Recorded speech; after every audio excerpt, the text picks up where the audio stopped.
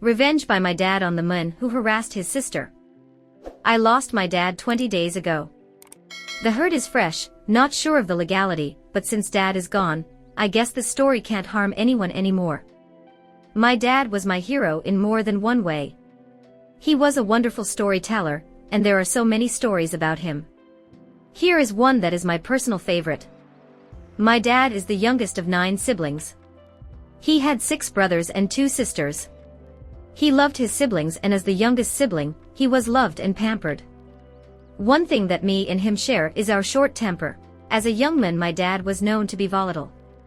When he was 19, his second older sis, let's call her C, was married to a military man.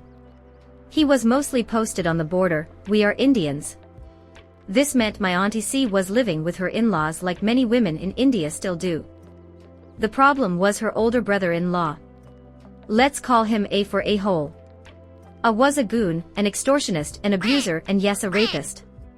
He was scary. He was known for being physically imposing at 6'8", well-built, and was unbeatable in fights.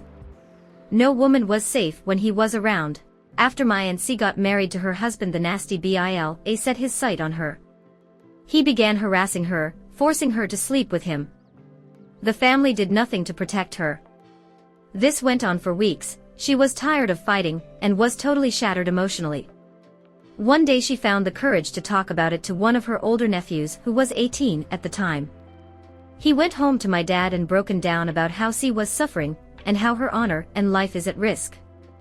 This enraged my dad. But he realized that he wouldn't be able to take down the monster that A is all by himself. He gathered his friends, his older nephews, and together hatched a plan. Actually, they had no plan. The plan was to beat the crap out of A, to send him a message. But they wouldn't be able to do this when he was sober, so they waited for the evening, when he was usually drunk. My dad and his friends drank as well, for liquid courage. They then waited for him in the dark roads of their village, which still had sketchy electricity. Then they pounced on him as soon as they had the chance. It was 6 young, drunk fools against this one mountain of a guy. While drunk, he was still able to fight well. A also had a bunch of minions who, unknown to my dad, were right behind him. It became a free-for-all fight. My dad, drunk and in the frenzy of the fight, grabbed a piece of wood he found on the road and hit A with all his might, straight on the head. And then my dad and his friends ran off, because someone had called for backup, and these young lads weren't sober enough to come up with a plan or a sane idea. Dad somehow made it home, showered and slept. Next day he told his mom they got into a fight, and crap went down. As he was telling his mom what happened, Dad was informed by his brother that cops were looking for him. Grandma told Dad to lay low for a bit. Unfortunately, A made it to the hospital, and was able to give a statement. Dad was on run for a bit but later surrendered because, according to him, I was tired of eating crappy food. They honest to God surrendered to cops and demanded a good meal.